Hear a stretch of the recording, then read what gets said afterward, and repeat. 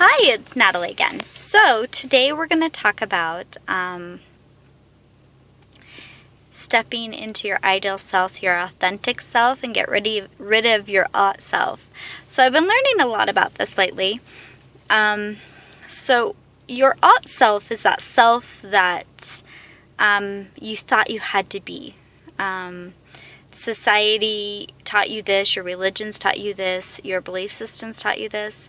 If you did a certain thing, you weren't a good person, so you felt like you had to be a certain type of person to have value or worth in this world. So what we're going to do is talk about how to let go of the ought self, and so that you can step more into your authentic self. And we're going to use I'm going to teach you some tools to do this once you actually recognize your ought self versus your authentic self. So when I started this journey, I actually started a couple months ago, and a lot of it came down to I didn't really know who I was anymore, and I didn't know what I wanted, and all I knew is that I didn't want what I had created anymore. I wanted something fresh and something new, and I wanted a new reality, a new script.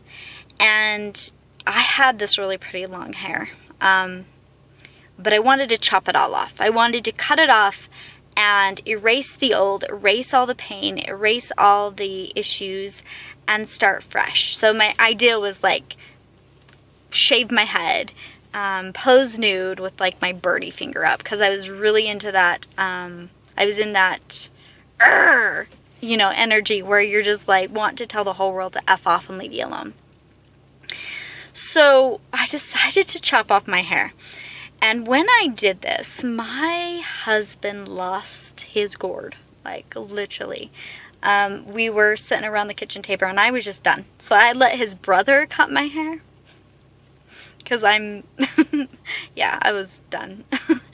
And my husband literally had a mental breakdown, like right then. Started screaming, "No one's gonna take you serious, you're gonna be ugly, you're never gonna get a job," da da da. Like all these beliefs for him started coming up. And like I'm in tears, like by the end of him screaming, and his family was there, and his mom and dad and his brother and his sister were all looking at him like, holy shit, where did this come from? Because they hadn't seen this side of Jason. And so I'm like not sure even if I should cut it, because it was like that I ought to have long hair, I ought to be doing this, I ought to be doing that. He was my husband, I ought to be listening to him. And so I had this thought came to me. And when I married Jason, my whole family rejected him, rejected my choices. And I remember, even though nobody supported me, it was the best decision that I ever made at that time in my life. And so I just sat with that for a second, and I said, cut my hair. And Matthew's like, are you sure? And I'm like, yeah, cut it. Because I knew at that point I had to cut off what I was supposed to be doing, what I had to do based on what society thought I should be. I was going to create my own type of beautiful, my own type of success, my own type of what I wanted. And so I cut my ought self off, or at least at that time a portion of my ought self, which was symbolic of my hair. And I love it. And I actually need a haircut right now. But it was the first courageous step that I had taken in a long time for me, so that I could discover who I am without my hair, without my different aspects. As this journey continued, I started to meet new people that taught me, Cameron included, about getting rid of the ought self. And some things started popping up where I found a lot of my unhappiness came from the idea that I had to be something that I really actually wasn't. So I grew up in a community where you were meant to get married and you were supposed to have kids. And I love kids, and I am a great mom. But the truth is I'm actually very entrepreneurish. I'm very business oriented. I'm kind of masculine that way. And so the fact that I had to stay home and watch kids all the time drives me freaking out of my gourd. I'm gonna be honest. I am an amazing mother, but I am not one of those moms that you see that is content to take cute little pictures and put little bows in their kids' hair. I'm not that kind of mom. I am very actually opposite. I am not superficial at all. I don't care about the cute little things, little dilly-dallies. I just don't. I feel sorry for my kids because they don't get the cute little things that other kids get. My kids are raised in a completely different round. I am your Oprah Winfrey. And I went to a astrology class, and I started learning about astrology. And when I was sitting there, they were pulling up Oprah Winfrey's chart, and they were pointing out the fact that Oprah Winfrey never really should have had a family. She's about the whole. She's about helping society, and you know Oprah Winfrey. And I'm like, oh my gosh, had Oprah Winfrey been raised in my type of community, she would have been forced into having a family and having kids and all the things, and she would have felt trapped just like I did. And she's an Aquarius just like me. And so by understanding my astrology chart, I'm like, oh, I'm not a bad person for not wanting to be strapped down to kids all my life. I am just who I am.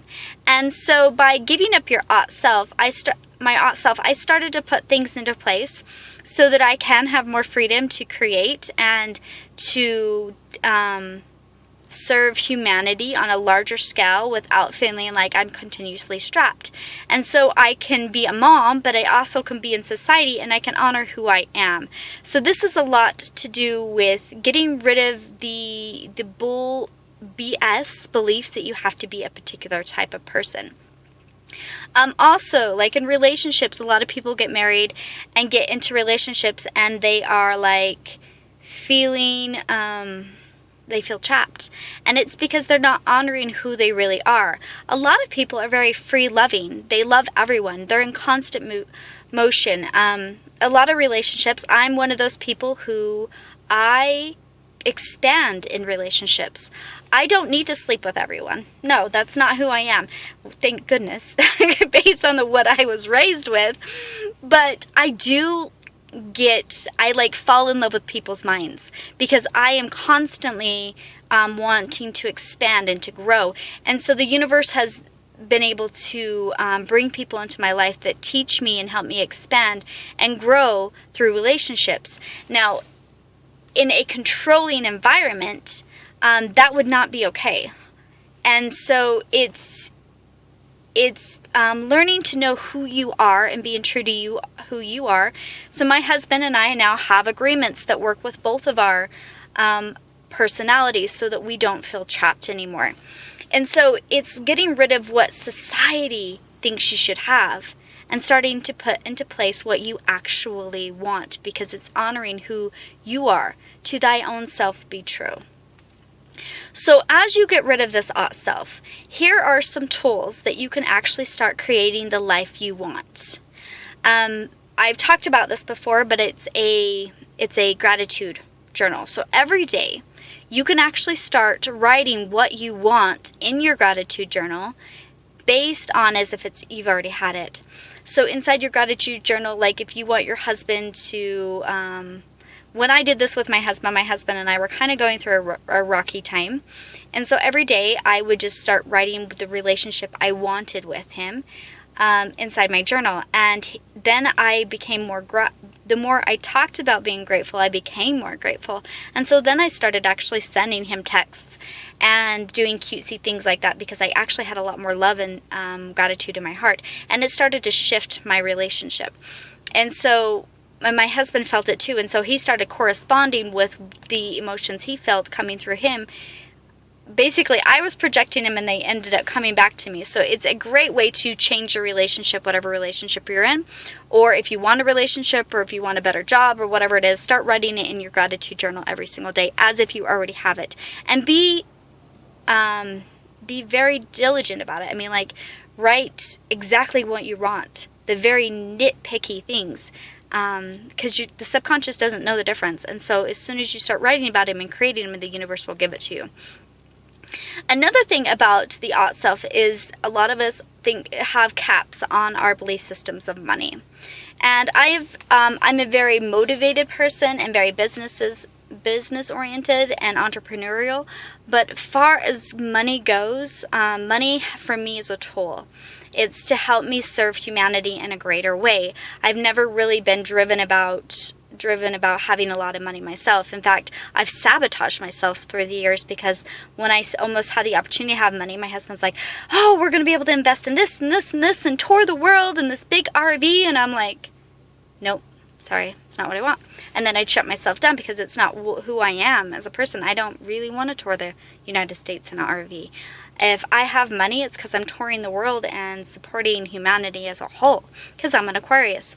So,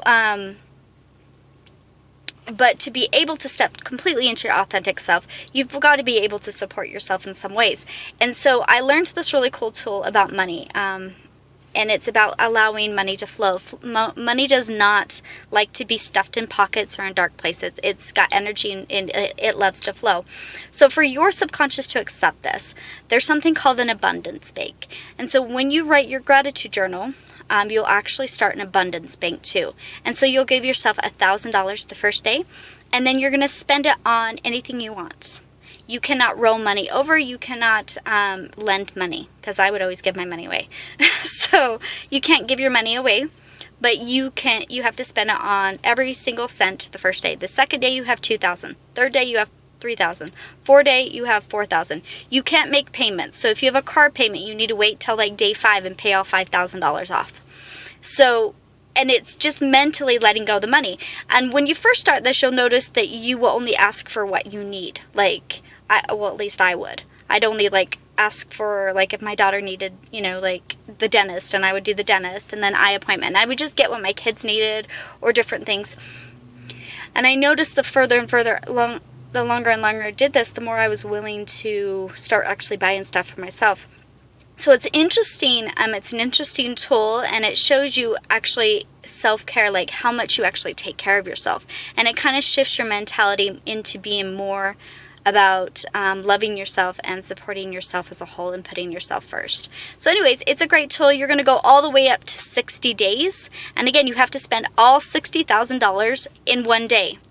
And so it gets to be kind of long, but it is super helpful for you to shift the lack mentality, so that you can actually start creating abundance in your life.